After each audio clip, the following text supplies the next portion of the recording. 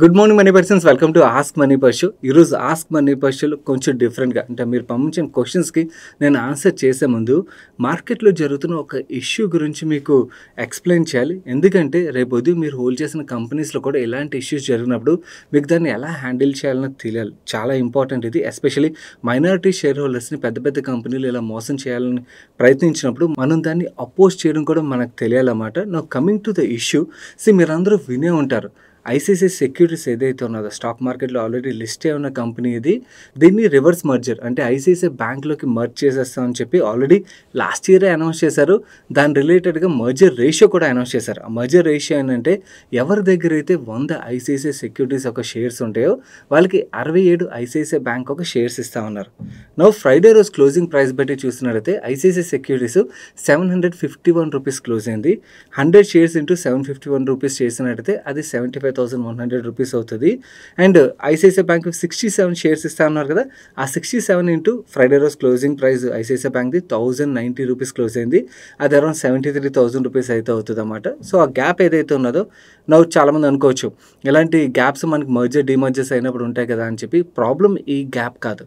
అసలు ప్రాబ్లం ఏంటంటే ఈ ఐసిఐసిఐ సెక్యూరిటీస్ని ఐసిఐసిఐ బ్యాంకు 26 మార్చ్ 2018 520 రూపీస్కి ఐపీఓగా తీసుకొచ్చారు. నౌ ఐపీఓగా తీసుకొచ్చినప్పుడు ఐసిఐసిఐ సెక్యూరిటీస్ యొక్క అసెట్స్ చూసినట్టయితే 2040 కోట్ల అసెట్స్ అప్పుడు 2017 ఫైనాన్షియల్ క్లోజింగ్ నాటికి ఉండేది.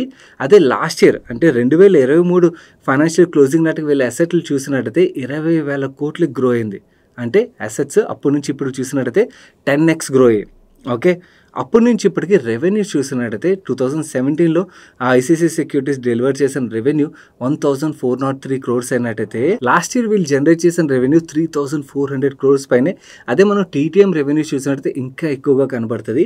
అండ్ వీళ్ళు ఐపీఓకి వచ్చినప్పుడు ఐసిఐసిఐ సెక్యూరిటీస్ డెలివర్ చేసిన నెట్ ప్రాఫిట్ 337 క్రోర్స్ అయినట్టయితే లాస్ట్ ఇయర్ వీళ్ళు డెలివర్ చేసిన నెట్ ప్రాఫిట్ 1,118 క్రోర్స్. అంటే వీళ్ళ అసెట్స్ అప్పటి నుంచి చూసినట్టయితే చాలా బీభత్సంగా గ్రో అయ్యి, రెవెన్యూస్ మల్టీఎక్స్లో గ్రో అయ్యి, అండ్ నెట్ ప్రాఫిట్ కూడా 3-4 రెట్లు పైనే గ్రో అయింది కదా. కానీ అప్పుడు ఐపీఓగా వీళ్ళు కోట్ చేసిన ప్రైస్ ఏమో 520 రూపాయలు అయితే ఇప్పుడు మనకి మైనారిటీ షేర్ హోల్డర్స్కి వీళ్ళు ఆఫర్ చేసిన ప్రైస్ యావరేజ్గా చూసినట్టయితే ఫ్రైడే క్లోజింగ్ బట్టి చూస్తే 730 రూపాయలు అన్నమాట. జస్ట్ 210 రూపాయలు ఈ 6 ఇయర్స్గా హోల్డ్ చేసిన మైనారిటీ షేర్ హోల్డర్స్ ఎవరైతే ఉంటారో డైరెక్ట్లీ హోల్డ్ చేస్తూ ఉండొచ్చు స్టాక్ని, లేదా ఇండైరెక్ట్లీ అంటే వాళ్ళు మ్యూచువల్ ఫండ్స్లో ఇన్వెస్ట్ చేసి ఉంటారు. ఆ మ్యూచువల్ ఫండ్స్ ఈ స్టాక్లో ఇన్వెస్ట్ చేసి ఉంటాయి కదా. అలా హోల్డ్ చేసిన వాళ్ళకి కంపెనీ గ్రో అవ్వకపోతే వేరే, కంపెనీ యొక్క అసెట్స్ ఏమో ఇన్ని రేట్లు గ్రో అయింది, రెవెన్యూస్ ఇన్ని రేట్లు గ్రో అయ్యి, ప్రాఫిటబిలిటీ 3-4 రేట్లు గ్రో అయింది. ఇంత గ్రోత్ వచ్చిన తర్వాత ఐపీఓగా ఆఫర్ చేసినప్పుడేమో చాలా ప్రీమియం ప్రైస్ని కమాండ్ చేశారు. బట్ రివర్స్ వాళ్ళు తీసేసుకుందాం అనుకున్నప్పుడు ఇంత చీప్గా కొనేద్దాం అని చెప్పి ఆలోచన ఏదైతే ఉన్నదో దీన్ని మీరేమనుకున్నారు? నేనైతే personally I stand with that minority share holders. ఎందుకంటే కంపెనీస్ వాళ్ళు స్మార్ట్ అనుకుని చిన్న షేర్ హోల్డర్స్ ఇవన్నీ క్యాలిక్యులేట్ చేసుకోరు కదా. ఓకే, మనం కంపెనీ ఇప్పుడు కరెంట్లీ నెగిటివ్ సెంటిమెంట్ ఉన్నది కాబట్టి చీప్ వాల్యుయేషన్లో తీసేసుకుందాం అని చెప్పి ఆలోచన ఏదైతే ఉన్నదో దిస్ ఈజ్ నాట్ రైట్ అన్నది నా వ్యూ. నో, మీరు హోల్డ్ చేసిన కంపెనీస్ కూడా ఇలాంటి డెసిషన్స్ ఏమైనా తీసుకున్నట్టయితే దాన్ని మీరు ఆపగలరు అంటే ఎస్ మీరు ఆపగలరు. అది ఎలా ఆపగలరు అంటే మీ దగ్గర హక్కు ఓటింగ్ రైట్ ఏదైతే ఉన్నదో దాన్ని యూటిలైజ్ చేసుకున్నప్పుడు మాత్రమే మీరు ఆపగలుగుతారన్నమాట. నో, మీ ఓటింగ్ రైట్ని మీరు యూటిలైజ్ ఎలా చేసుకోవచ్చు? సేమ్ ఇక్కడ మీకు వీడియో ఏదైతే కనబడుతుందో దాంట్లో క్లియర్లీ మీరు సిడిఎస్ఎల్ ఎన్ఎస్జిఎల్ అకౌంట్స్ ఎలా ఓపెన్ చేయాలి, దాని తర్వాత ఓటింగ్లో ఎలా పార్టిసిపేట్ చేయాలి, ఇవన్నీ కూడా ఎక్స్ప్లెయిన్ చేశాను. ఇలా మర్జరీ అవ్వాల్సిన అవసరం లేదు.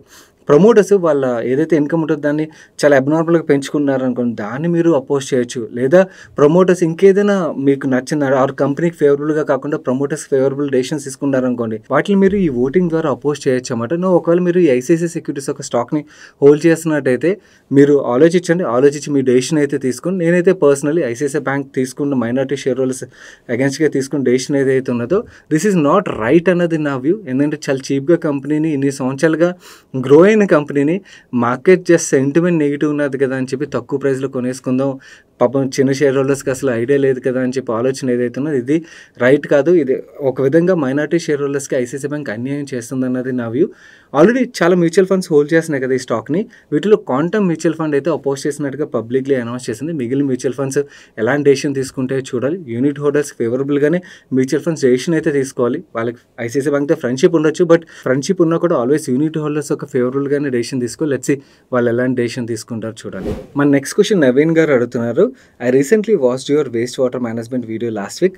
I was just going through solid waste management in India. India ranked 4th in solid waste generation, and it is expected to grow at 7.5% CAGR. Due to rapid urbanization, it may grow much faster than expected. When I try to find companies which work in this sector, unable to find many companies. Please throw some light on this sector. Naveen గారు, మీ observation అయితే correct అండి. And in fact ఇది state governments ఎవరైతే ఉంటారో ప్రతి state గవర్నమెంట్కి చాలా పెద్ద తలనొప్పి. ఎందుకంటే సిటీస్లోని ఈ సాలిడ్ వేస్ట్ మేనేజ్మెంట్ సరిగ్గా జరగలేదనుకోండి, ఊట్లు తలకిందులు అయిపోవచ్చు అన్నమాట. అందుకని గవర్నమెంట్స్ కూడా రీసెంట్ టైంలో చాలా కేర్ఫుల్గా స్టెప్స్ అయితే తీసుకున్నాయి. అండ్ ఇన్ఫ్యాక్ట్ చాలా సిటీస్లో ఉన్న మున్సిపాలిటీస్ లోకలీ వాళ్ళ ఓన్గా ఈ సాలిడ్ వేస్ట్ మేనేజ్మెంట్ మొత్తం వర్క్ చేసేవారు. రీసెంట్ టైంలో ఇవి ప్రైవేట్ కంపెనీస్కి అయితే ఈ వర్క్ని అసైన్ చేసేస్తున్నారు. మరి ఈ అర్బనైజేషన్ గ్రో అయ్యి కొద్దీ ఈ ప్రాబ్లం అయితే ఎస్కలేట్ అవుతూనే వస్తుంది, తగ్గేదే కాదు. నవ్వు ఈ స్పేస్లో ఆల్రెడీ చాలా కంపెనీస్ ఆపరేట్ చేస్తున్నాయి. కాకపోతే మనకి లిస్టెడ్ స్పేస్లో ఉన్న కంపెనీస్ కన్నా కూడా మనకి ప్రైవేట్ స్పేస్లో ఉన్న కంపెనీస్ చాలా ఎక్కువగా ఉన్నాయన్నమాట. లిస్టెడ్ స్పేస్లో మనం మాట్లాడుకోవాలంటే యాంథనీ వేస్ట్ మేనేజ్మెంట్ అనే ఒక కంపెనీ ఉన్నది. అండ్ ఇది మాత్రమే కాకుండా ఇంకొక చిన్న కంపెనీ ఒకటి ఆపరేట్ చేస్తుంది, దాని పేరు మర్చిపోయాను. మీకు గుర్తొస్తే స్క్రీన్ మీద ఇక్కడ వాళ్ళ లోగో అయితే చూపించడానికి ప్రయత్నిస్తాను. సో లిస్టెడ్ స్పేస్లో మనకి కొన్ని కంపెనీస్ ఉన్నాయి. ఈ కంపెనీస్ త్రూ ప్లే చేయాలంటే ప్లే చేయొచ్చు, లేదంటే డెఫినెట్లీ కమింగ్ ఇయర్స్లో ఈ స్పేస్లో ఆపరేట్ చేసే చాలా కంపెనీస్ మనకి ఐపీఓగా మన ముందుకైతే వస్తాయి. వచ్చినప్పుడు వాటిని కూడా ఇవాల్యుయేట్ చేసి మన డెసిషన్ అయితే తీసుకోవచ్చు. కమింగ్ ఇయర్స్లో ఈ ప్రాబ్లం పెరిగేదే కానీ తగ్గేది కాదు, కాబట్టి వీళ్ళ గ్రోత్ కూడా అలాగే ఉంటుంది. అండ్ ఎవరైనా కూడా ఈ సెక్టర్ని స్టడీ చేయలేనట్టయితే డెఫినెట్లీ స్టడీ చేయండి. ఇంట్రెస్టింగ్ థీమ్ ఇది. ఇక్కడ కూడా మనకి మంచి రిటర్న్ జనరేట్ చేయగలిగే కంపెనీస్ అయితే దొరుకుతాయి ఫర్ షూర్. మన నెక్స్ట్ క్వశ్చన్ సంతో అడుగుతున్నారు. హాయ్ సార్, స్టాక్స్లో ట్యాక్సెస్ ఎలా ఉంటాయి, మనం ఇన్వెస్ట్ చేసిన దానికి కూడా మనం ట్యాక్స్ పే చేయాలా, దీని గురించి కొంచెం ఎక్స్ప్లెయిన్ చేయండి. 2 examples, below 1 lakh income and above 1 lakh income. Hi Santhu, first మీరు ఇన్వెస్ట్ చేసిన దానికి ట్యాక్స్ పే చేయాల్సిన అవసరం లేదు, ఎందుకంటే ఆల్రెడీ ఆ ట్యాక్స్ పేడ్ మనీ అయి ఉంటుంది. కాబట్టి మీకు ఏదైతే ప్రాఫిట్ వస్తుందో దాని మీదే మీరు ట్యాక్స్ పే చేయాలన్నమాట. ఆ ప్రాఫిట్ కూడా మీ ఓవరాల్ ఇన్కమ్ అసలు ట్యాక్స్ ల్యాబ్స్లోకే రావట్లేదు అనుకోండి, దెన్ ఇన్ దట్ కేస్ మీరు అసలు ట్యాక్స్ పే చేయాల్సిన అవసరం ఉండదు అన్నమాట. మీ ఓవరాల్ ఇన్కమ్ ఏదైతే ట్యాక్స్ ఎగ్జామ్షన్స్ ఉంటాయో అవన్నిటిని పోగా ఎడిషనల్గా ఇన్కమ్ వచ్చినట్టయితే అప్పుడు మీకు ఈవెన్ స్టాక్స్ నుంచి కూడా ఎడిషనల్ ప్రాఫిట్ వచ్చింది అనుకోండి. వచ్చిన profit less than 1 year hold చేసిన స్టాక్స్ ఆర్ మ్యూచువల్ ఫండ్స్ నుంచి వచ్చింది అనుకోండి, దీన్ని షార్ట్ టర్మ్ క్యాపిటల్ గెయిన్ కింద ట్రీట్ చేస్తారు. దీని మీద మీకు 15% ట్యాక్స్ పడుతుంది. అదే మోర్ దాన్ 1 year మీరు stocks and mutual funds hold చేసి సెల్ చేసిన దాని మీద ప్రాఫిట్ వచ్చింది అనుకోండి, మీకు అప్పుడు ఎడిషనల్ 1 lakh వరకు ఎగ్జామ్షన్ ఉంటుంది. ఆ 1 lakh ప్రాఫిట్ వరకు మీరు ట్యాక్స్ పే చేయక్కర్లేదు. 1 lakh పైన ఏదైతే ప్రాఫిట్ వస్తుందో దాని మీద మీరు 10% ట్యాక్స్ పే చేయాల్సి ఉంటుంది. నెక్స్ట్ ఇక్కడ ఇంకొక ఇంపార్టెంట్ థింగ్ యాజ్ ఏ రిమైండర్గా మిగిలిన వ్యూవర్స్ కూడా ఇద్దాం అనుకున్నాను. మీరు ఆల్రెడీ ఈ ఫైనాన్షియల్లో స్టాక్స్ నుంచి కానీ మ్యూచువల్ ఫండ్స్ నుంచి కానీ ప్రాఫిట్స్ బుక్ చేశారనుకోండి, ఇంకా 3 రోజులే ఉన్నది. మీరు పోర్ట్ఫోలియోలో ఒకవేళ ఏదైనా లాస్ మేకింగ్ స్టాక్స్ని హోల్డ్ చేస్తున్నారనుకోండి, వాటిని సెల్ చేసి సెట్ ఆఫ్ చేసుకోవడానికి. ఈ సెట్ ఆఫ్ చేసుకోవడం వల్ల మీకు వచ్చే అడ్వాంటేజ్ ఏంటంటే, మీరు ఆల్రెడీ ఏదో ఒక అవసరం ఉండి కానీ లేకపోతే ఆ స్టాక్ బాగా పెరిగిపోయిందనో కానీ ప్రాఫిట్ బుక్ చేశారనుకోండి, March 31st దాటేసింది అనుకోండి, దాని తర్వాత ఏదైతే ప్రాఫిట్ బుక్ చేస్తే దాని మీద ట్యాక్స్ పే చేయాలి కదా, దానికి బదులు ఆల్రెడీ మీ పోర్ట్ఫోలియో లాస్ మేకింగ్ స్టాక్స్ ఉన్నాయనుకోండి, వాటిని సెల్ చేసి మీకు ఆ కంపెనీస్ మీద కాన్ఫిడెన్స్ ఉన్నది లాంగ్ టర్మ్ క్యారీ చేద్దాం అనుకున్నారనుకోండి, దాని తర్వాత మళ్ళీ బై చేసండి. 1-2 days ఆగి బై చేస్తారనుకోండి, మీరు సేమ్ క్వాంటిటీ కొనేసి హోల్డ్ చేయొచ్చు. బట్ ఏదైతే లాస్ మీరు బుక్ చేస్తారో, మీరు అన్నెసరీ ఇక్కడ ట్యాక్స్ పే చేసేదానికన్నా కూడా సెట్ ఆఫ్ చేసుకోవడం ఈజ్ ఆల్వేస్ బెటర్ ఐడియా అవుతుంది కదా. సో ఈ 3 daysలో మీ దగ్గర లాసెస్ ఉన్నట్టయితే వాటిని బుక్ చేసుకుని సెట్ ఆఫ్ చేసుకోండి. ఒకవేళ మీరు అసలు నేను ప్రాఫిటే బుక్ చేయలేదన్న ఈ సంవత్సరంలోని నా దగ్గర ఓన్లీ లాస్ మేకింగ్ స్టాక్సే ఉన్నాయంటే, ఈవెన్ ఆ లాస్ బుక్ చేసి మనం సెట్ ఆఫ్ చేసుకున్న ఐటీఎస్ ఫైల్ చేసాం అనుకోండి, ఆ లాస్ని ఫ్యూచర్ ఇయర్స్లో మనకు ప్రాఫిట్ వచ్చిందనుకోండి, వాటికి క్యారీ ఫార్వర్డ్ కూడా చేయొచ్చు అన్నమాట. ఇన్ఫ్యాక్ట్ ఇంకొంచెం డీటెయిల్గా మీకు టాక్సేషన్ రిలేటెడ్ ఈ వీడియోలో ఏదైతే డేటా కవర్ చేస్తానో అది చూస్తే మీకు క్లారిటీ వచ్చేస్తుంది. మన నెక్స్ట్ క్వశ్చన్ చూసినట్లయితే వ్యూవర్ తన పేరు మెన్షన్ చేయలేదు. తన క్వశ్చన్ విషయంకి వచ్చేసరికి, I was studying the business of both Sapphire and Devyani International, but it is bit confusing how both are different and they claim they are the largest franchisees of brands KFC and Pizza Hut, and also if you can share your view on valuations as well. Okay, చాలా simple అండి ఈ రెండు బిజినెస్ని అర్థం చేసుకోవడం. వీళ్ళు various other బ్రాండ్స్ని కూడా deal చేస్తుంటారు, కానీ ఒక బ్రాండ్స్ ఏవైతే ఉన్నాయి, both popular brands KFC and Pizza Hut, ఈ రెండు ఒక స్టోర్స్ని రన్ చేస్తుంటారు అనమాట. మెజారిటీ ఆఫ్ ద రెవెన్యూ ఈ స్టోర్స్ని రన్ చేయడం ద్వారానే వస్తుంటుంది. నౌ దేవ్యాని అండ్ సఫైర్ వీళ్ళిద్దరూ కూడా కొన్ని స్టేట్స్లో KFC ఒక స్టోర్స్ ఎక్కువగా రన్ చేసినట్టయితే, కొన్ని స్టేట్స్లో వాళ్ళు పిజ్జా హట్ ఒక స్టోర్స్ ఎక్కువగా రన్ చేస్తుంటారు అనమాట. ఎక్కడ వీళ్ళ KFC ఒక స్టోర్స్ ప్రెజెన్స్ ఎక్కువగా ఉన్నది అండ్ ఎక్కడ వీళ్ళ పిజ్జా హట్ ఒక స్టోర్స్ ప్రెజెన్స్ ఎక్కువగా ఉన్నది అన్నది మీరు సింపుల్గా వాళ్ళ ప్రెజెంటేషన్లోకి వెళ్ళినట్టయితే మీకు అది క్లారిటీ వచ్చేస్తుంది. మీకు వాల్యుయేషన్ పరంగా మాట్లాడాలంటే మీకు సింపుల్ 1 lineలో చెప్పేయచ్చు, కానీ దానికన్నా ముందు దేవ్యాని దేవ్యాని ఆల్వేస్ మీకు సఫైర్ కన్నా కూడా కొంచెం ఎడిషనల్ ప్రీమియం కంబైన్ చేస్తుంది. ఎందుకు ఎడిషనల్ ప్రీమియం కంబైన్ చేస్తుంది అంటే ఈ 2 బ్రాండ్స్లో ఇప్పుడు బాగా పాపులర్గా ఉన్న బ్రాండ్ ఏది కేఎఫ్సీ కదా. పిజ్జా హట్ పాపులర్ బ్రాండే కానీ దాని ఒక డిమాండ్ కొంచెం రీసెంట్ టైంలో తగ్గింది. నువ్వు ఈ కేఎఫ్సీ విషయంకి వచ్చేసరికి మన కంట్రీలో స్టాటిస్టిక్స్ ప్రకారం చూసినట్టయితే నాన్ వెజ్ ఎక్కువగా కన్జ్యూమ్ చేసే స్టేట్స్ మన సౌత్లో ఎక్కువగా ఉంటాయి అన్నమాట కంపేర్ టు నార్త్ స్టేట్స్. నువ్వు ఈ సౌత్ స్టేట్స్లోని తెలంగాణలోని, కర్ణాటకలోని ఇలాంటి స్టేట్స్లోని మీకు దేవ్యాని యొక్క స్టోర్స్ ఎక్కువగా కనబడతాయి. మీరు ఒకవేళ హైదరాబాద్లో ఎక్కడైనా కేఎఫ్సీకి వెళ్ళినట్టయితే మోస్ట్లీ మీరు దేవ్యానికి బిల్ చేస్తున్నట్టు. కొన్ని చోట్ల కూడా వాళ్ళ స్టోర్స్ని అయితే ఆపరేట్ చేస్తుంటారు డైరెక్ట్గా. దేవ్యాని స్టోర్స్ చాలా వరకు మనకి హైదరాబాద్లో అయితే కనబడుతుంటాయి అన్నమాట. సో నాన్ వెజ్ ఎక్కువగా కన్స్యూమ్ చేసే సౌత్లోని దేవ్యాని యొక్క స్టోర్స్ ఎక్కువగా ఉంటాయి. వేరే వెజిటేరియన్ బెల్ట్ ఏదైతే ఉన్నదో అక్కడ మీకు సఫైర్ ఒక స్టోర్స్ కనబడుతుంటాయి అన్నమాట. కాకపోతే మహారాష్ట్ర లాంటి మన ఫైనాన్షియల్ క్యాపిటల్ ఏదైతే ఉన్నదో అక్కడ సఫైర్ ఒక స్టోర్స్ మళ్ళీ బాగానే ఉంటాయి. ఓవరాల్గా చూసినట్టయితే యాక్చువల్లీ దేవ్యానికి ఏంటంటే ఎక్కువగా నాన్ వెజ్ బెల్ట్లో స్టోర్స్ ఎక్కువగా కనబడతాయి కాబట్టి సఫైర్తో కంపేర్ చేస్తే కొంచెం ప్రీమియం ఎక్కువగా డెఫినెట్లీ కమాండ్ చేయగలదు. కాకపోతే ఇప్పుడు రెండింటి మధ్యలో చూసినట్టయితే వాల్యుయేషన్ గ్యాప్ ఏదైతే ఉన్నదో అదే చాలా గ్యాప్ ఎక్కువగా ఉన్నది. ఆ గ్యాప్ ఇంతకుముందు ఇంకా ఎక్కువ ఉండేది. బట్ రీసెంట్ టైంలో దేవ్యాని ఒక స్టాక్ ప్రైస్ బాగా కరెక్ట్ అయింది కదా. ఈ కరెక్ట్ అవడంతోనే ఆ గ్యాప్ అన్నది నేరో అయింది. నేరో అయినా కూడా ఇప్పుడు కూడా చూసినట్టయితే వాల్యుయేషన్ పరంగా దేవ్యానితో కంపేర్ చేస్తే sapphire is the cheapest stock అన్నమాట. కాకపోతే ఇంతకుముందు వాల్యుయేషన్ గ్యాప్ అనేది చాలా ఎక్కువ ఉండేది. రీసెంట్ టైంలోని కొంచెం తగ్గిందని మనం అర్థం చేసుకోవచ్చు. మీరు అడిగిన నెక్స్ట్ క్వశ్చన్కి ఆన్సర్ చేసే ముందు స్మాల్ రిమైండర్ గైస్, వీడియోలో షేర్ చేసిన ఇన్ఫర్మేషన్ హెల్ప్ఫుల్ అవుతుంది అనిపించినట్టయితే వీడియోని తప్పకుండా లైక్ చేయండి. అండ్ అలాగే మీకు కూడా ఏదైనా క్వశ్చన్ మమ్మల్ని అడగాలనిపించినట్టయితే మిగిలిన వ్యూవర్స్ అలాగైతే కంటిన్యూస్గా #AskMoneyPerson అని చెప్పి వాళ్ళు క్వశ్చన్ రాస్తున్నారు. అలా రాసినట్టయితే మీ క్వశ్చన్స్ మాకు రీచ్ అవుతాయి. మన నెక్స్ట్ క్వశ్చన్ రఘు అడుగుతున్నారు. Hi Sagar, good morning. మన ఛానల్ నేను రెగ్యులర్గా వాచ్ చేస్తున్నాను. నా క్వశ్చన్ ఏంటంటే నాకు కొంచెం కంగారు ఎక్కువ. లాస్ట్ ఫ్యూ మంత్స్లో ఎక్కువ షేర్స్ వస్తాయని చెప్పి 3 to 4 యూట్యూబ్ ఛానల్స్లో చెప్పిన ప్రతి లో షేర్ స్టాక్ని కొన్నాను. బట్ ఓపిక లేక పడిన ప్రతిసారి లాస్ బుక్ చేస్తూ వచ్చాను. 2.5 lakhs లాస్ అయ్యాను. ఇప్పుడు బ్యాలెన్స్ నా దగ్గర ఇంకొక 2.5 లక్షలు ఉన్నాయి. లాంగ్ టర్మ్ కోసం అని చెప్పి జియోలో 2 లక్షల రూపాయలు, Mare ఫ్యాంగ్లో 20,000 rupees, Motilal Oswal Nifty 500లోని ఇంకో 20,000 రూపీస్, టాటా గోల్డ్ ఈటీఎఫ్లోని ఒక 10,000 రూపాయలు పెట్టాలనుకున్నాను. ఇది కరెక్ట్ వేయానా, మళ్ళీ రాంగ్ స్టెప్ తీసుకున్నాను, ప్లీజ్ సజెస్ట్ మీ. ఎస్, మీరు మళ్ళీ రాంగ్ స్టెప్పే తీసుకున్నారండి. ఆ రాంగ్ స్టెప్ ఏంటనుకున్నారు? మీరు సెలెక్ట్ చేసిన ప్రొడక్ట్స్ రాంగ్ అని కాదు. మీరు యాక్చువల్లీ వాటి రిలేటెడ్గా వర్క్ చేయకుండా మళ్ళీ చూడండి అడుగుతున్నారు, చూడండి నేను ఇక్కడ ఇన్వెస్ట్ చేయొచ్చా అని చెప్పి మీరు ఆలోచిస్తున్నారు చూడండి, అదే రాంగ్ అన్నది నా వ్యూ. ఇక్కడ మన ఛానల్లో నేను చెప్పేది ఏంటంటే ఏదైతే మనం ఇన్ఫర్మేషన్ డిస్కస్ చేస్తాం వాటిని మీరు ఐడియా కింద తీసుకుని వాటి రిలేటెడ్గా వర్క్ చేసినప్పుడే మీరు దెన్ డబ్బులు సంపాదిస్తారన్నమాట. అలా వర్క్ చేయకుండా బ్లైండ్గా మీరు ఎక్కడ చూసి ఇన్వెస్ట్ చేసినా కూడా ఎండ్ ఆఫ్ ది డే మీరు స్టాక్ మార్కెట్లో ఇన్వెస్ట్ చేసినప్పుడు మీరు ఒక కంపెనీ కాకపోతే ఇంకో కంపెనీకి వెళ్ళినా కూడా ఎంత పెద్ద కంపెనీ అయినా కూడా వాలటాలిటీ అనేది సాధారణం. ఆ వాలటాలిటీ వచ్చినప్పుడు మన డబ్బులు తగ్గుతున్నాయి అనుకోండి, భయం వేయడం సాధారణం. ఆ భయం వేసినప్పుడు మనకు వాటి మీద కన్విక్షన్ లేదనుకోండి, లాస్ బుక్ చేయడం కూడా సాధారణం.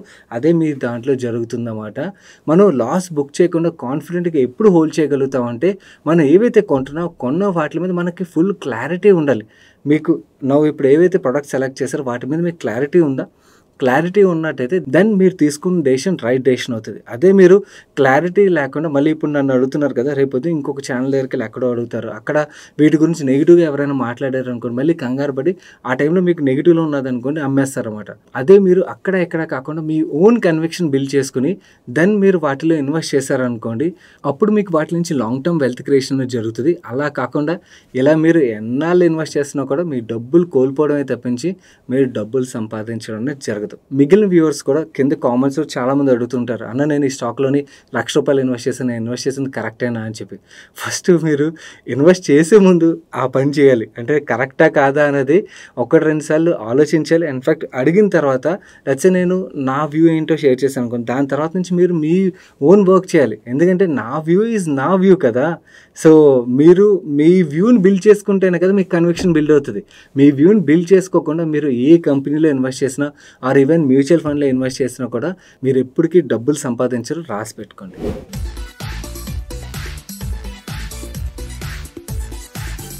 ఈరోజు సండే ఫండే సజెషన్ విషయంకి వచ్చేసరికి చాలా రోజుల తర్వాత ఒక కార్టూన్ మూవీని అయితే సజెస్ట్ చేశాను. ఆరెన్ అండ్ ద డార్క్ అని చెప్పి జోషాతో కలిపి చూశాను. ఇంట్రెస్టింగ్ మూవీ, ఈవెన్ పెద్దవాళ్ళు కూడా చూడొచ్చు. బాగుంటుంది. నెక్స్ట్ క్వశ్చన్ తారా అడుగుతున్నారు. Hi son, what are small and medium REITs SEBI announce recently? As a small investor how can I take benefit from it? Small and medium REITs ఏవైతే ఉన్నాయో మన దగ్గర ఇప్పుడు లాంచ్ అవుతున్నాయి, కానీ మనం డెవలప్డ్ కంట్రీస్లో చూసినట్టయితే యూఎస్ ఇలాంటి కంట్రీస్లో చాలా చాలా పాపులర్. మన దగ్గర కూడా త్వరలో పాపులర్ అయిపోతాయి.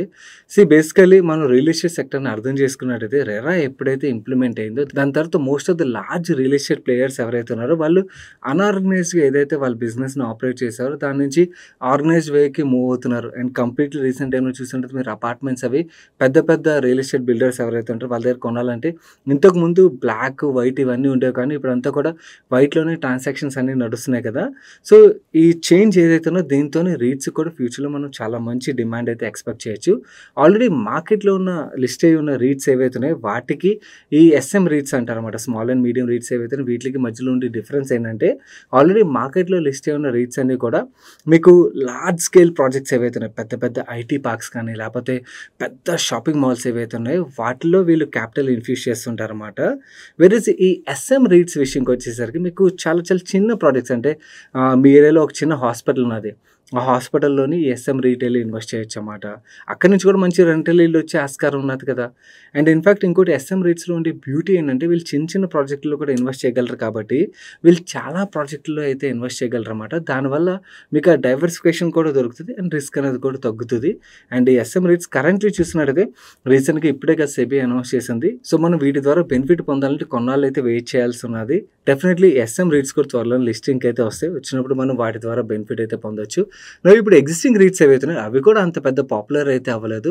కొన్ని REITs especially office space side operate చేస్తున్న రీట్స్ ఏవైతే వాటిలో కొంచెం రీసెంట్ టైంలో మనకి ఎప్పుడైతే వర్క్ ఫ్రమ్ హోమ్ నుంచి ఆఫీస్కి వచ్చి వర్క్ చేయమని అడుగుతున్నారో ఆక్యుపెన్సీ పెరుగుతుంది, కాబట్టి వాటిలో కొంచెం మంచి ట్రాక్షన్ అయితే మనకు కనబడుతుంది. But still most of the REITs ఇంకా మన ఇండియాలో అయితే అంత పెద్దగా అయితే పెరగలేదు లిస్ట్ అయిన దగ్గర నుంచి. డెఫినెట్లీ మనకి డెవలప్డ్ కంట్రీస్లో ఎలాగైతే రీట్స్ చాలా పాపులరో అలాగే ఇక్కడ కూడా కొన్నాళ్ళ తర్వాత రీట్స్ అయితే చాలా పాపులర్ అయితే అవుతాయి. అండ్ ఇన్ఫాక్ట్ చాలా న్యూ ప్లేయర్స్ కూడా మనకి లిస్టెడ్ స్పేస్లో అయితే దొరుకుతారు. This is very very interesting space అన్నమాట.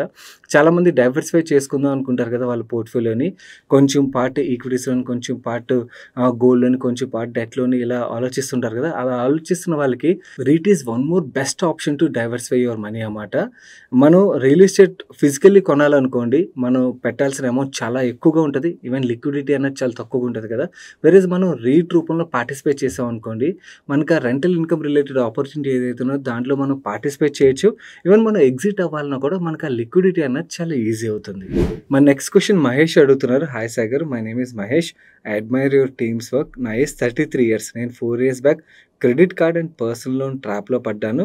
అప్పుడు నా శాలరీ 35,000 per month. చాలా ఇబ్బందులతో ఇంట్లో అన్ని విషయాలు చెప్పి అన్నీ క్లియర్ చేయడం స్టార్ట్ చేశాను. అన్ని credit cards and personal loans clear చేశాను.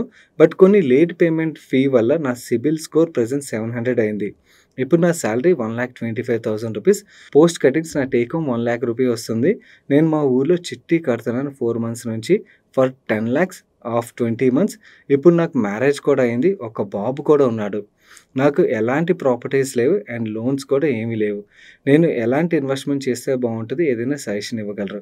మహేష్ గారు, first of all big congratulations to you అండి. ఎందుకంటే ఒక్కసారి డెట్ ట్రాప్లో పడిన తర్వాత బయటికి రావడం అన్నది చాలా చాలా కష్టం. You have done that, kudos to you for that.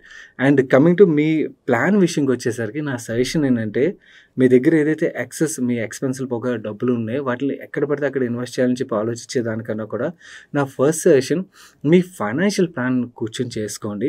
ఎందుకంటే ఆ ఫైనాన్షియల్ ప్లాన్ చేసుకున్నట్టయితే మీకు అసలు మీ గోల్స్ ఏమున్నాయి, ఆ గోల్స్కి ఎలా ప్రాపర్గా ప్లాన్ చేసుకోవచ్చు, ఇవన్నిటి మీద కూడా ఒక క్లారిటీ అయితే వస్తుంది. ఫస్ట్ నా సజెషన్, మీ రిటైర్మెంట్ ప్లానింగ్ చేసుకోండి. ఆ రిటైర్మెంట్ ప్లానింగ్ చేసిన తర్వాత దాని రిలేటెడ్గా మీరు ఎంత సేవ్ చేయాలనేది మీకు ఒక క్లారిటీ వస్తుంది. ఆ క్లారిటీ వచ్చిన తర్వాత దాని రిలేటెడ్గా ఇన్వెస్ట్మెంట్ అయితే ప్లాన్ చేయండి. దెన్ అలాగే పిల్లల యొక్క ఫ్యూచర్ రిలేటెడ్గా కూడా కొంచెంగా వాళ్ళ గురించి కూడా మీరు ఇన్వెస్ట్మెంట్స్ అయితే స్టార్ట్ చేయాలి. అలాంగ్ విత్ ఆల్ దిస్ మీకు ప్రొటెక్షన్ అంటే టర్మ్ ఇన్సూరెన్స్, హెల్త్ ఇన్సూరెన్స్ ఇలాంటివి కూడా ఉండడం చాలా ఇంపార్టెంట్ అన్నమాట. అండ్ అలాగే మీ సిబిల్ స్కోర్ని స్లోగా ఇంప్రూవ్ చేసుకోవడానికి ప్రయత్నించండి. ఎందుకంటే మీకు ఎప్పుడో ఒక టైంలోని ఇల్లు కొనాలని తీసుకోవాలని అయితే అనిపిస్తది. ఆ టైంలో మీరు లోన్‌కెళ్ళాలంటే ఇబ్బంది పడతారు కాబట్టి, మీ సిబిల్ స్కోర్‌ని మీరు ఎలా ఇంప్రూవ్ చేసుకోవచ్చు అన్న దాని మీద ఆల్రెడీ చందు ఒక వీడియో అయితే చేశాడు. ఆ వీడియో చూస్తే మీకు ఒక క్లారిటీ అయితే వస్తది. And now coming to financial plan విషయంకొచ్చేసరికి మీకు లాస్ట్ వీక్ సాటర్‌డే వీడియోలోని ఒక ఎక్సెల్ షీట్ అయితే షేర్ చేశాను. ఎక్సెల్ షీట్‌ని యూజ్ చేసుకున్నట్టయితే మీరు పర్ఫెక్ట్‌గా మీ ఫైనాన్షియల్ ప్లాన్ అయితే చేసుకోవచ్చన్నమాట. అండ్ ఇన్‌ఫాక్ట్ మీకు రిటైర్మెంట్ వీడియో ఏదైతే ఉందో దాంట్లోని మీ retirement planning related complete clarity వస్తది. ఫస్ట్ మిమ్మల్ని ఫైనాన్షియల్ ప్లానింగ్ ఎందుకు చేసుకోమని చెప్తున్నానంటే, మిమ్మల్ని చెప్పొచ్చు ఇండెక్స్ ఫండ్‌లో ఇన్వెస్ట్ చేసుకోవడం బెటర్, లేదంటే మీకు తెలియనప్పుడు ఆర్ పీపీఎఫ్‌లో ఇన్వెస్ట్ చేసుకోండి అని చెప్పేయొచ్చు. కానీ అలా ఇన్వెస్ట్ చేసినప్పుడు మీరు సరిగ్గా ఇన్వెస్ట్ చేయరు ఆర్ సరిపడా అమౌంట్ ఇన్వెస్ట్ చేయరన్నమాట. అదే ఫైనాన్షియల్ ప్లాన్ చేసుకున్నట్టయితే మీ గోల్ ఏంటనే తెలుస్తది. ఆ గోల్ తెలిసినప్పుడు దానికి ప్రాపర్‌గా ప్లాన్ చేసుకోవడానికి మీకు మొత్తం క్యాలిక్యులేషన్స్‌తో సహా మీకు హెల్ప్‌ఫుల్ అవుతాయి. అండ్ మనకు ఒక్కసారి మన డెస్టినేషన్ తెలిసిందనుకోండి, దానికి ఎలా రీచ్ అవ్వాలన్నది మనం ప్రాపర్‌గా అయితే ఎగ్జిక్యూట్ చేసేస్తాం అన్నమాట. సో, అందు గురించని ఫస్ట్ థింగ్ మిగిలిన వ్యూవర్స్ కూడా మీరు ఇప్పటి వరకు మీ ఫైనాన్షియల్ ప్లాన్ చేసుకున్నట్టయితే నా స్ట్రాంగ్ సజెషన్ అది. మీరు స్టాక్స్‌లో ఇన్వెస్ట్ చేయొచ్చు, మ్యూచువల్ ఫండ్స్‌లో ఇన్వెస్ట్ చేయొచ్చు ఆర్ ఇంకెక్కడైనా ఇన్వెస్ట్ చేయొచ్చు. ఇన్వెస్ట్‌మెంట్స్ పక్కన పెట్టి ఫస్ట్ ప్రతి ఒక్కరు వాళ్ళ ఫైనాన్షియల్ ప్లానింగ్ కంప్లీట్ చేయాలి. అది చేసిన తర్వాత మీరు ఇన్వెస్ట్‌మెంట్ చేస్తున్నారనుకోండి, అది రైట్ వే ఆఫ్ ఇన్వెస్ట్‌మెంట్ అవుతదన్నమాట. అలా కాకుండా మీరు ర్యాండమ్‌గా ఇన్వెస్ట్ చేస్తున్నారనుకోండి, చాలా వరకు ఆ ఇన్వెస్ట్‌మెంట్స్‌ని లాంగ్ టర్మ్ హోల్డ్ చేసి ఆ కాంపౌండింగ్ ఒక ఎఫెక్ట్ ఏదైతే ఉన్నదో దాని ఒక అడ్వాంటేజ్ మనం తీసుకోకుండా కోల్పోయే ఆస్కారం చాలా ఎక్కువగా ఉంటుంది. మన నెక్స్ట్ క్వెషన్ ఆర్ఎల్‌కే అనే హ్యాండిల్ నుంచి వచ్చింది. అన్న పెయిన్ స్టాక్స్ నా పోర్ట్‌ఫోలియోలో యాడ్ చేద్దాం అనుకున్నాను. For long term please advise the best one. మీ ఆలోచన అయితే కరెక్ట్ అండి. కాకపోతే టైమింగ్ కరెక్ట్ కాదన్నది నా వ్యూ. ఎప్పుడు పెయిన్ స్టాక్స్ మనం ప్లే చేయడం బెటర్ అంటే కరెంట్లీ ఇప్పుడు సినారియో చూసుంటైతే కొత్తగా లార్జ్ ప్లేయర్స్ ఎంటర్ అవుతున్నారు కదా! వీళ్ళు ఎంటర్ అయినప్పుడు ఏమవుతదంటే మార్జిన్స్ అయితే ష్రింక్ అవుతాయి డెఫినెట్‌లీ. కొత్త కాంపిటీషన్ వచ్చినప్పుడు కాంపిటీషన్ యొక్క ఇంటెన్సిటీ వల్ల ఏదైతే healthy margin existing players enjoy చేస్తున్నారో అదైతే తగ్గాల్సిందే. అది తగ్గినప్పుడు ఆల్రెడీ మనకి అది తగ్గుతుందనే యాంటిసిపేషన్‌తో మనకు స్టాక్స్‌లో ప్రెషర్ కనబడుతుంది కదా! తగ్గిన తర్వాత ఇంకా ప్రెషర్ కనబడే ఆస్కారం ఉంటది. కొత్తగా లార్జ్ ప్లేయర్స్ ఎవరైతే ఎంటర్ అవుతున్నారో వీళ్ళ వల్ల మీకు ఏషియన్ పెయింట్స్ కానీ, బర్జర్ కానీ వీళ్ళ మీద ఎఫెక్ట్ కన్నా కూడా చిన్న చిన్న ప్లేయర్స్ ఎవరైతే ఉంటారో వాళ్ళ మీద ఎఫెక్ట్ చాలా ఎక్కువ ఉంటదన్నమాట. వాళ్ళు మార్కెట్‌లోంచి వెళ్ళిపోయే ఆస్కారం ఉంటది. మనం టెలికామ్‌లో చూసాం కదా! టెలికామ్‌లో ఎప్పుడైతే జియో ఎంటర్ అయిందో, జియో ఎంటర్ అయిన తర్వాత మీకు చిన్న ప్లేయర్స్ అందరూ కూడా మార్కెట్ నుంచి వెళ్ళిపోయారు. But Airtel could able to sustain. Similarly మీకు లార్జ్ ప్లేయర్స్ ఎవరైతే ఉన్నారో ఏషియన్ పెయింట్స్ కానీ, బర్జర్ కానీ వీళ్ళందరూ ఆల్రెడీ చాలా మంచి స్ట్రాంగ్ డిస్ట్రిబ్యూషన్ నెట్వర్క్ బిల్డ్ చేసుకున్నారు. చాలా మంచి బ్రాండ్స్ వాళ్ళు బిల్డ్ చేసుకున్నారు ఇన్ని సంవత్సరాలుగా. వాళ్ళకి షార్ట్ టర్మ్‌లో డెఫినెట్‌లీ ఈ న్యూ ప్లేయర్స్ ఎంట్రీతో పెయిన్ అయితే క్రియేట్ అవ్వచ్చు. కానీ ఈ పెయిన్ క్రియేట్ అయిన తర్వాత చిన్న ప్లేయర్స్ ఎప్పుడైతే మార్కెట్‌లోంచి వెళ్ళిపోతారో ఈ లార్జ్ ప్లేయర్స్ అందరూ మళ్ళీ again they will start growing అన్నమాట. మీకు ఈ ట్రెండ్ కనబడినప్పుడు అంటే ఈ సినారియోస్ చిన్న ప్లేయర్స్ ఎప్పుడైతే బాగా స్ట్రగుల్ అయ్యి వాళ్ళు మార్కెట్‌లోంచి వెళ్ళిపోతున్నారని ఎప్పుడైతే కనబడుతుందో అలాంటి టైంలో ఆల్రెడీ మీకు ఇప్పటికే స్ట్రెస్‌లో ఉన్న సెక్టర్ ఇంకొన్నాళ్ళు ఫైనాన్షియల్ నంబర్స్‌లో ఇంపాక్ట్ పడిన తర్వాత ఇంకొంచెం స్ట్రెస్ కనబడింది అనుకోండి, ఆ టైంలో మనం ఈ స్టాక్స్‌లో ఎంటర్ అవ్వడం బెటర్. కానీ ఇప్పుడే కంగారు పడడం కరెక్ట్ కాదనేది నా వ్యూ. కొన్నాళ్ళు వెయిట్ చేసి సెక్టర్‌ని కొంచెం డీప్‌గా ట్రాక్ చేసి దెన్ డెసిషన్ తీసుకోవడం బెటర్ అండి. మన నెక్స్ట్ క్వెషన్ సుధీర్ బాబు అడుగుతున్నారు. Need your view on investments other than equity, mutual funds and gold.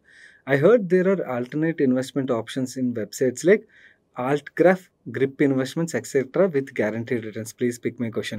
మీరు రాసిన ఈ 2 ప్లాట్‌ఫామ్స్‌లోని Altgraph గురించి నేను ఎప్పుడు వినలేదండి. కాకపోతే గ్రిప్ గురించి అయితే నాకు తెలుసు. Grip is a good platform. కాకపోతే ఎప్పుడు మన ఛానెల్‌లో నేను ఎందుకు మాట్లాడనంటే మాట్లాడిన వెంటనే ప్రమోషన్ గోల చేస్తారు. అదొకటి పక్కన పెడితే చాలామంది రిస్క్‌ని అర్థం చేసుకోకుండా ఇన్వెస్ట్ చేసేస్తారన్నమాట. రేపొద్దున ఏదైనా రిస్క్ ప్లే అయిందనుకోండి, దెన్ అగైన్ వాళ్ళు ట్రబుల్ ఫేస్ చేస్తారు కదా అని చెప్పి వాటి గురించి మాట్లాడట్లేదు. But grip is a good platform అండి. మీ రిస్క్ ప్రొఫైల్ మ్యాచ్ అయితే మీరు చూడొచ్చు. కాకపోతే ఒకసారి ఐఆర్ఆర్ క్యాలిక్యులేట్ చేసుకోండి ఇన్వెస్ట్మెంట్ చేసే ముందు. మీకు వాళ్ళు చూపించే రిటర్న్ ఏదైతే ఉన్నదో వాళ్ళు యాక్చువల్లీ క్యాష్ ఫ్లోస్ ఇచ్చేస్తారు కదా ఎప్పటికప్పుడు. క్యాష్ ఫ్లోస్ ఇచ్చేస్తారు కాబట్టి ఓవరాల్‌గా ఐఆర్ఆర్ ఎంత వర్కౌట్ అవుతుందో కూడా చూసుకోవడం చాలా ఇంపార్టెంట్. అండ్ అలాగే ఆ క్యాష్ ఫ్లోస్‌ని ఏం చేస్తారన్న ప్లాన్ కూడా మీ దగ్గర ఉండాలి. ఎందుకంటే ఆ క్యాష్ ఫ్లోస్ అలాగే మీకు ఐడియల్‌గా అకౌంట్‌లో ఉన్నాయనుకోండి, దాని ఓవరాల్ రిటర్న్ అనేది తగ్గిపోద్ది అన్నమాట. ఆ క్యాష్ ఫ్లోస్ మీరు ఎక్కడైనా స్మార్ట్‌గా పార్క్ చేయగలుగుతున్నారనుకోండి ఐడియల్‌గా ఉంచే బదులు, దెన్ ఓవరాల్‌గా you will make good money అన్నమాట. That's a good diversification. కాకపోతే రిస్క్ ప్రొఫైల్ సూట్ అవ్వాలి, గుర్తుంచుకోండి. ప్రెజెంట్ ఈ ప్రొడక్ట్స్ మార్కెట్ కొత్త కాబట్టి మనకి కొంతవరకు రిస్క్ గురించి ఐడియా ఉంటుంది కానీ కంప్లీట్లీ అయితే ఐడియా ఉండదు. మళ్ళీ మనకి ఎప్పుడైనా కూడా బ్లాక్ స్వాన్ ఈవెంట్స్ ఏమైనా ప్లే అనుకోండి, ఆ టైంలో మనం సఫర్ అవ్వకూడదు. కాబట్టి మీరు ఎక్కువ ఎలోకేషన్ కాకుండా కొంచెం ఎలోకేషన్‌తోని అది కూడా మల్టిపుల్ ఇష్యూస్‌తో ట్రై చేయడం వుడ్ బి బెటర్ అన్నది నా వ్యూ. మన నెక్స్ట్ క్వశ్చన్ చూసినట్టయితే వ్యూవర్ తన పేరుని మెన్షన్ చేయొద్దన్నారు, అందుకని ఎడిట్ చేసేస్తున్నాం. మేము గాజువాకలో ఉంటున్నాం. ఇక్కడ ఒక వ్యక్తికి నెలకి ₹3,000 ఒక డీమ్యాట్ అకౌంట్‌కి ఇస్తే అతను మాకు లక్షకి 10% చొప్పున అంటే 10,000 రూపాయలు ఇస్తున్నారు. ఇలా మా డీమ్యాట్ అకౌంట్‌లో అతనికి ఇవ్వడం సేఫా కాదా చెప్పండి ప్లీజ్. ఇప్పటివరకు అతని దగ్గర 400 అకౌంట్స్ ఉన్నాయని చెప్తున్నారు. ఇలాంటివన్నీ ఎందుకు నమ్ముతారండి? స్టాక్ మార్కెట్‌లోని వారెన్ బఫెట్ గారు కూడా నెక్స్ట్ మంత్‌లోనే ఆయన పోర్ట్‌ఫోలియోలో ఎంత రిటర్న్ వస్తదన్నది యాంటిసిపేట్ చేయలేరు. అంత ఎక్స్‌పీరియన్స్ పర్సన్ అనమాట. ఎవరు కూడా ప్రిడిక్ట్ చేయలేరు. ఇలాంటివన్నీ కూడా ఫ్రాడ్. ఇవన్నీ ఏంటంటే కొన్నాళ్ళు నడుస్తాయి. దాని తర్వాత సడెన్‌గా వాళ్ళు ఎత్తేస్తారనమాట. చాలా డబ్బులు కలెక్ట్ చేసుకున్న తర్వాత. ఇలాంటివన్నీ నమ్మొద్దు. ఒకవేళ మీరు డైరెక్ట్‌గా స్టాక్స్‌లో ఇన్వెస్ట్ చేయలేరనుకోండి, అంటే మీ దగ్గర అంత స్కిల్ లేదనుకోండి, మ్యూచువల్ ఫండ్స్‌లో ఇన్వెస్ట్ చేసుకోండి. మ్యూచువల్ ఫండ్స్ కూడా నాకు ఇంకా రిస్కీ అనిపిస్తున్నాయంటే పీపీఎఫ్ ఇలాంటి ప్రొడక్ట్స్‌ని వాటిలో ఇన్వెస్ట్ చేసుకోండి, కానీ ఇలాంటి ట్రాపుల్లో అయితే పడొద్దు. So that's it for today's ask money question guys. ఈ వీడియోలో షేర్ చేసిన ఇన్ఫర్మేషన్ హెల్ప్‌ఫుల్. ఇప్పటివరకు వీడియోని లైక్ చేయనట్లయితే వీడియోని లైక్ చేస్తూ మీ ఫ్రెండ్స్ అండ్ ఫ్యామిలీ మెంబర్స్‌కి హెల్ప్‌ఫుల్ అవుతారంటే వాళ్ళకి తప్పకుండా షేర్ చేయండి. నేను సాయి కృష్ణ పత్రి మరొక మంచి వీడియోతో మీ ముందుకు వస్తాను. Till then bye bye, take care.